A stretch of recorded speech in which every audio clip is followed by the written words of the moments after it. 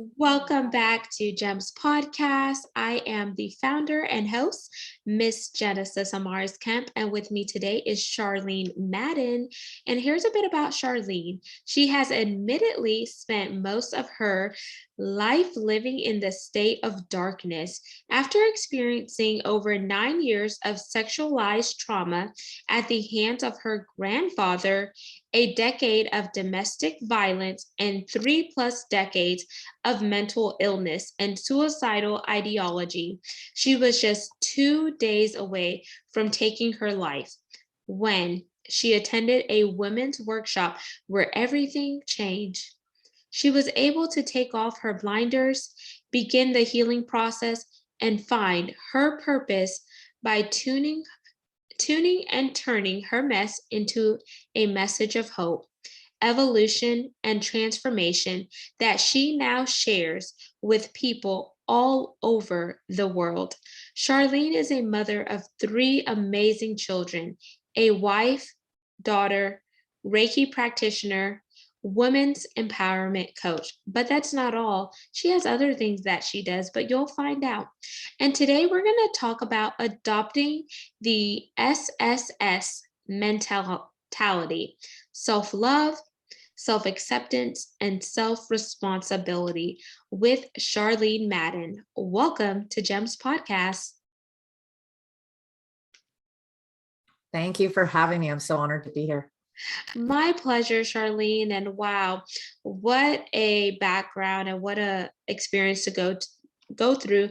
And I am so glad to hear that women's workshop left an impact on you where you no longer felt like taking your life. And not a lot of people have that experience where they have a outlet that is a saving grace. So I just want to thank you for what you're doing and why you stand for what you stand for to help other women as well as men overcome the trauma, realize that they have purpose, and know who they are and where they're going. Because without knowing who you are and your why, you could easily fall into that mental health crisis. And before you know it, you could end your life too soon. Absolutely. Yeah. So, Charlene, would you like to elaborate a little bit more on your background before we unpack today's topic? Yeah, as you were saying, I didn't necessarily have the best childhood growing up. My parents separated when I was 3. My dad was an alcoholic and was violent. So my parents separated, and my sister and I went to stay with my grandparents. And my grandmother was an absolutely amazing woman, super strong. Taught me to be strong, independent, and look out for myself, which I probably learned that lesson a little too well. But as you were saying, my grandfather was a pedophile. So at the age of 3.5, I started experiencing child abuse at his hands. Carried on for almost a decade. And of course, that caused a lot of my mental health struggles that I went through as an early teenager and into the rest of my life. And I really didn't learn any tools when all of this came out. It was the early 80s. So that was not really a focus of attention back then. And with my grandmother being the way she was just to kind of put your head down, deal with life, let's go person. And so we didn't get any follow-up care. So I never really learned any of the skills or tools that I needed to cope with the struggles that I was going to face in my life. And so that brought me into making some really poor choices because I was just so desperate to be loved and wanted and cared for. And it definitely impacted my self-worth and my self-esteem as I went on into becoming a young woman and becoming a parent as well. That just created a whole new cycle of issues and traumas in my life. So. And thank you for sharing that. And I'm sorry that you had to go through that. And especially at such a young age, at 3 years old, because then those traumas continued into your adolescence. And now you mentioned your adulthood. And sometimes people who never deal with the trauma will not be able to heal from it because they don't want to relive those things. But then over time in life, there's triggers, especially when you go through trauma such as, sexual abuse and domestic violence. It could teach you to put up a wall because that's a mechanism to protect and defend yourself. And before you know it, that can also spill over into your relationships where you have relationship issues, you have trust issues, and etc. And if you don't seek out the help with a paid professional or you have a support system that you could talk to, then you are just putting yourself further back in life because there's so many layers inside of you that you've just covered up because you're like, who can I talk to? I don't want to be judged. I don't want to be perceived, or I don't want to feel like instead of me being the prey, I became the predator because they may say, I welcome this, or I had a part to play in it, when in actuality, that may not even be the case. And I don't know if all of this information, what I said, resonates with you and led you to your SSS mentality. So if so, feel free to chime in there, Charlene. Yeah, it's definitely, as I got older, and as you were saying in my bio there, I went through a decade, well, actually it was 13 and a half years of domestic violence. And it was because I didn't feel that I deserved anything better.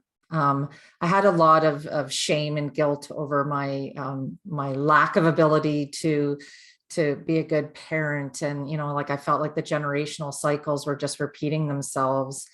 And so with that guilt and shame that we feel, like that I felt as a child, when the abuse started happening, it fit the narrative that I was telling myself. Like I almost felt like this is exactly what I deserve, that I was always going to be treated poorly. And, and I started to second guess all of the choices and the judgments that I was making in my life. And, the 13 years that I spent in the abusive relationship, when that relationship ended, it was my partner that left the relationship. And then, I was actually devastated because I felt abandoned all over again, even though it was an abusive situation. And then 2.5 months after my partner left, he actually committed suicide. He took his own life. And it was, again, an overwhelming sense of abandonment because I felt he had left me in the most ultimate way that you can leave. And I kind of struggled with, when you're left behind in those situations, and struggling because I'm seeing the pain and the heartache that's being caused for everyone who's left to pick up the pieces. But yet I so desperately wanted to take my own life. So it was this internal struggle that I was going through because I wanted to end it, but I didn't want to hurt anyone else. I just wanted my own pain to stop. And like you were saying, being 2 days away from making, that decision, I showed up to that workshop that I attended with a hunting rifle in the back seat of my vehicle.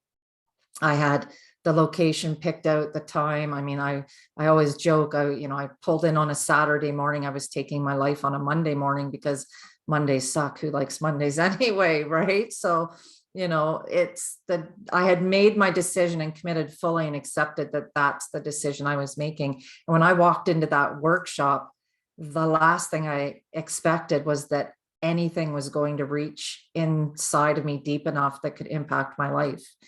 But I realized that the 3 lessons that I learned and the 3 S's that we talk about, that's exactly the lessons that I learned. I learned self-love because loving myself needed to be enough. I needed to stop relying on everyone else to validate me and to say that I'm worthy to be here. And I needed to accept all of me. And part of that was the darkness that was inside me with my mental illness. I needed to stop trying to keep it at bay and to fight it. I needed to bring it into me, because when you bring in the darkness, it allows the light to come in as well. And then I also learned self-responsibility. because I had to take a hard look. And I find this is one of the biggest things people struggle with is self-responsibility, because it was really easy for me to point at my past and say, this is what's wrong, like this, it's their fault. It's, that person's fault. I could blame my grandfather, my parents, I could blame everybody else. But at the end of the day, I had to look at the choices that I had made in my life as an adult got me to the point where I was at. And I had to own that. And owning that and taking my self-responsibility also gave me the power to make the choices that would positively not just impact my own life, but the lives of thousands of people. And that's why, I talk so strongly and so much about the S's, the 3 S's: self-love, self-acceptance, and self-responsibility. Wow, and thank you so much for sharing that, because sometimes it is hard to share those dark seasons and just be vulnerable, because sometimes in the back of our mind, we may be thinking, well, what are they going to say about me? How is someone going to perceive me? Am I going to be judged, or am I going to be viewed the same way after I share, this private but yet so precious moment? Because it is precious to us, because nobody can tell you how you should have felt going through those circumstances, especially if they haven't walked in your shoes. And I'm so glad that you went to that women's workshop and you came up with the 3 S's mentality. So, for anyone listening to this segment that may be struggling with any trauma, whether sexual, physical, mental, or maybe even spiritual trauma, can you talk about how they could begin to walk out their own SSS mentality and just break that down into components? Because it's so key to break them down into components, but look at your life and see, what are you compartmentalizing? Mm-hmm. Um, I think number one is breaking the stigma that we have to be okay all the time. And I think that was huge for me. It was being able to admit that I wasn't okay, because I had spent so many years pretending and wearing a mask that I was okay, that I had it all together. I mean, like when I shared my story, people in my life were absolutely shocked, because I always seemed so confident and outgoing, and no one would have guessed the struggles that I was going on internally. So being able to embrace the fact that I was struggling and saying, you know what, right now I'm not okay. And that's okay. It's okay to not be okay. Whatever you're going through in your life right now, if you're not okay, it's all right. But you just can't stay there. And I think, whether it takes you a day, a week, a month, it's okay. We all heal and we all grow and we all evolve in our own time and space. But just knowing that, number one, it's possible. And I think for me, hearing the stories of the speakers that I saw on that day, those 3 speakers that impacted my life, knowing that, number one, I wasn't alone. And I think I knew that in theory, but to see it in action, hearing other people share their stories and going, okay, what I'm going through in this moment, or what I've gone through, I'm not the only one. There are other people that have experienced that and they've got through it. So how did they do it? Okay, they developed self-love. How do I develop self-love? Okay, well, let's start taking a look at our lives and going, okay, what can I be grateful for in just this moment? Maybe not what can I be grateful for yesterday or in the past or even tomorrow. In this exact moment, what can I be grateful for? And there's times, in the beginning that I struggled because I didn't feel I had anything to be grateful for. And then I looked at, okay, I have 3 beautiful children. Let's just be grateful, that I have those 3 kids to be, to be grateful for. And, and then your mind will go off and I would be like, okay, but they're struggling. And I just had to keep bringing it back, just keep bringing it back to center. And that's them. Just keep shifting your mindset back to center and go, okay, in this moment, I'm grateful for this one thing. And I started doing that in the mornings. And then I started bookending my days. So I would start in the morning with 3 things to be grateful for. And I would end the day with 3 things, different things, not the same. Because then I found that I was going through my day looking for things to be grateful for. And when you look for things, you will find them. It's just that we get so hung up on where we're at in this moment that it's hard to see, when they say you can't see the forest for the trees, it's true. You get so caught up in your negative stuff that you're going through that you don't see the positive. So start looking for the things. Try to find yourself 3 things. I like Self-response. that. Yeah.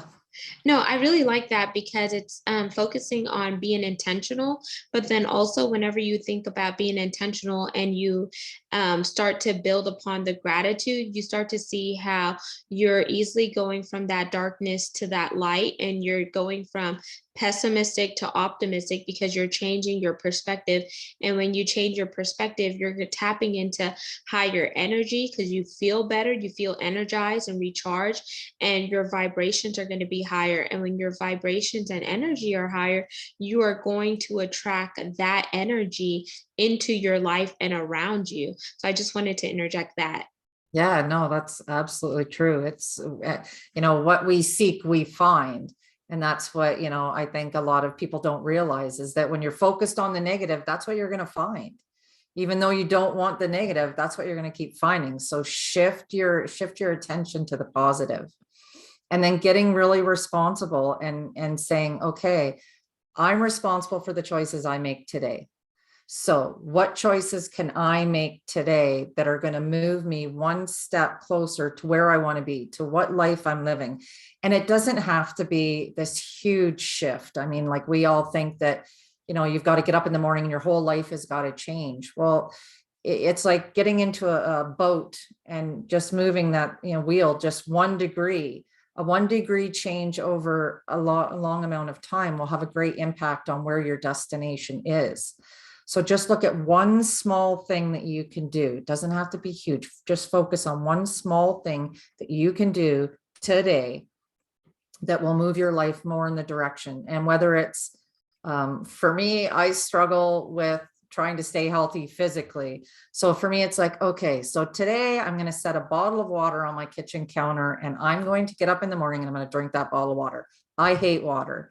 So I'm like, what can I do? Okay, I know that's going to help my health. So if I can just drink 1 bottle of water in the morning, life is better. And then you start developing the habits, because once you start taking responsibility and start taking action, then you're going to, develop the habits that are going to create the change that you want.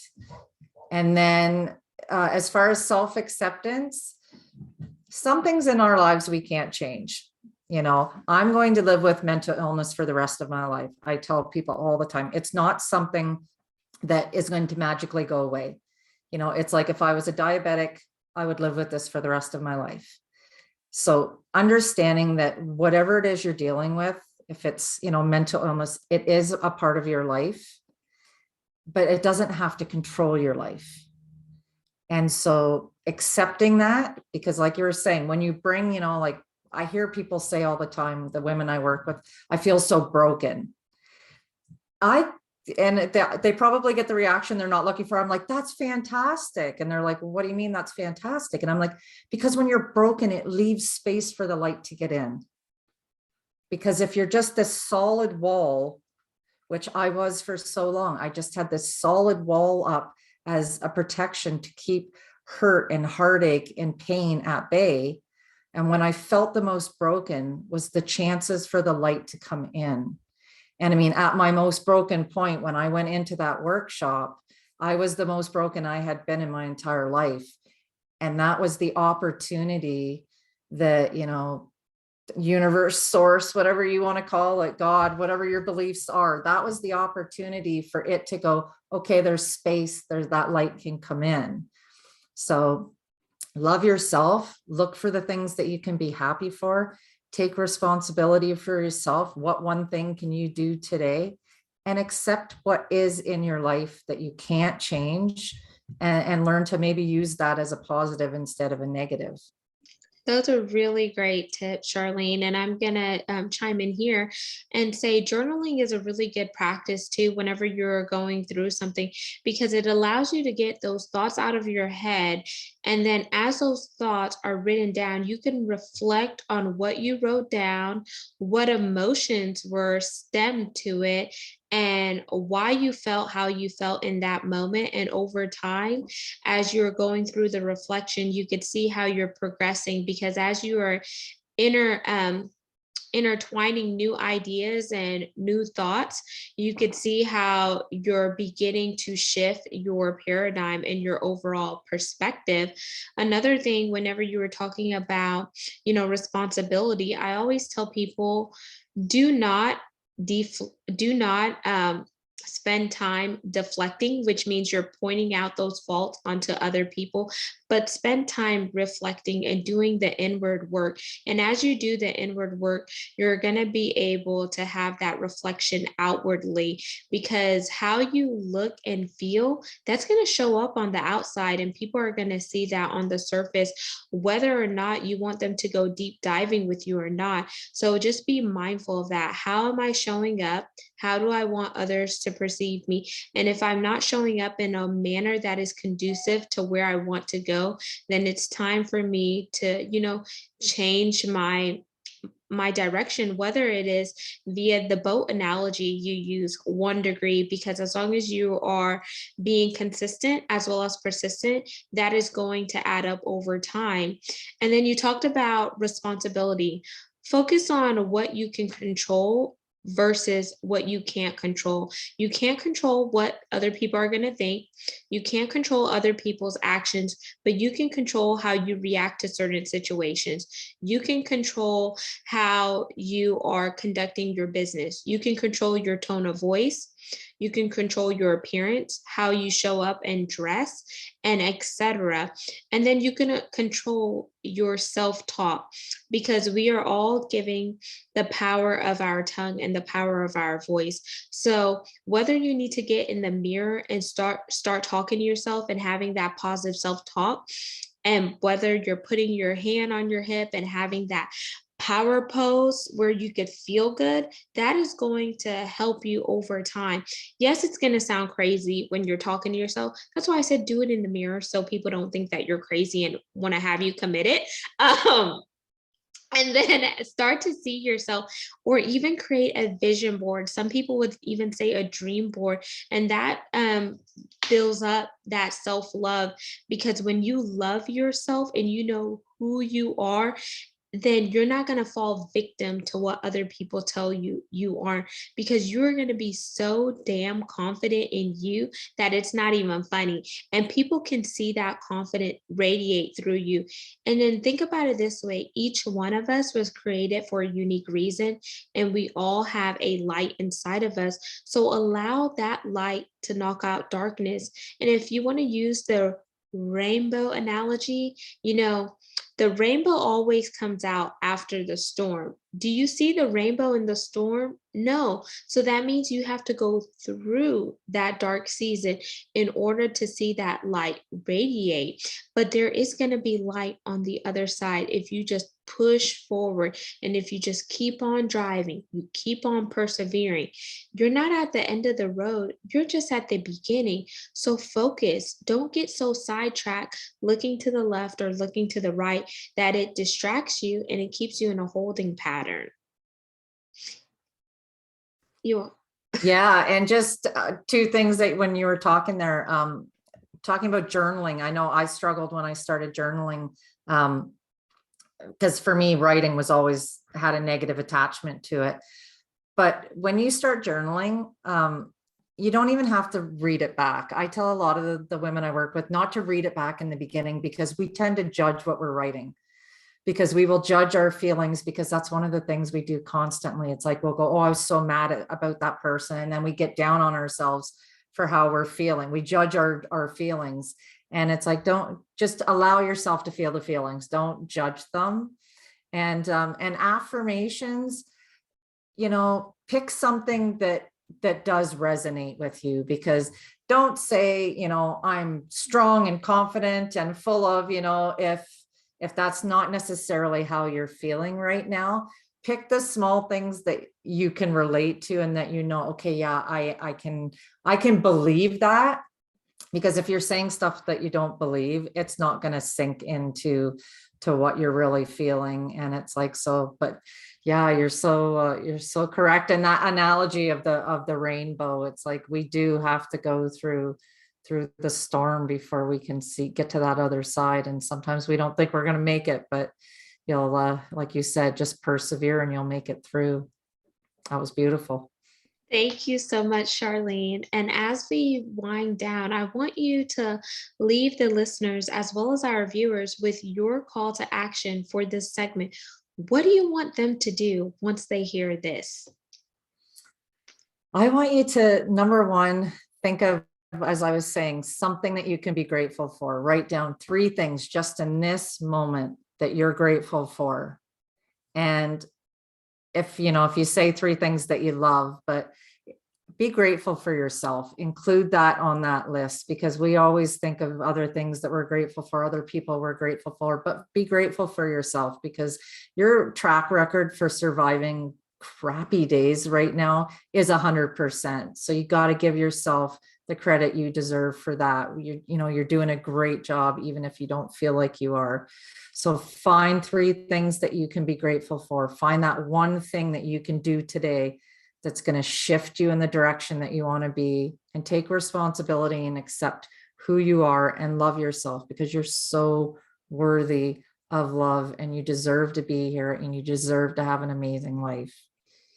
Yes. And for someone interested in connecting with you further or working with you, plug your website and where you hang out primarily on social media. Facebook usually is the best place. And I always throw this plug in here. And I always say, if you're feeling like you're in a really dark space and you're feeling alone and you don't have anyone that you can talk to, please message me on Facebook. Please reach out. I always tell people I'm available 24 hours a day, 7 days a week, to come and sit virtually in the dark with you, because I can't travel all around the world yet, but I will sit in the dark with you until you need to rise up, or you have, the strength to rise up, because I don't want anyone to ever feel alone. So reach out to me on Facebook. You can find my website, charlenemadden.speaker.com. I'm on all the Instagram. Find me on TikTok, which is terrifying, but you can come find me on TikTok. Us old ladies, we're giving it a try. So and other than that, just reach out. I would love to hear from anybody. If you hear this podcast and you feel like it's had an impact on your life, or you just want to share your stories and your struggles, please reach out. And there you have it, listeners and viewers of Gems Podcast. All of Charlene's information will be in the show notes so you can connect with her. And I really want to encourage you to just love yourself.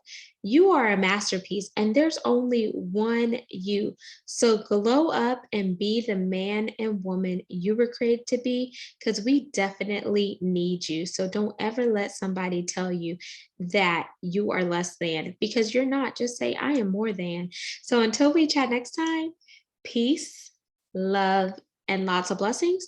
Don't forget to subscribe and share the segment. We are on 40 plus platforms, and connect with us on YouTube for all things video content at Gems with Genesis Amaris Kemp. Until next time, have yourself a great one. You can do it.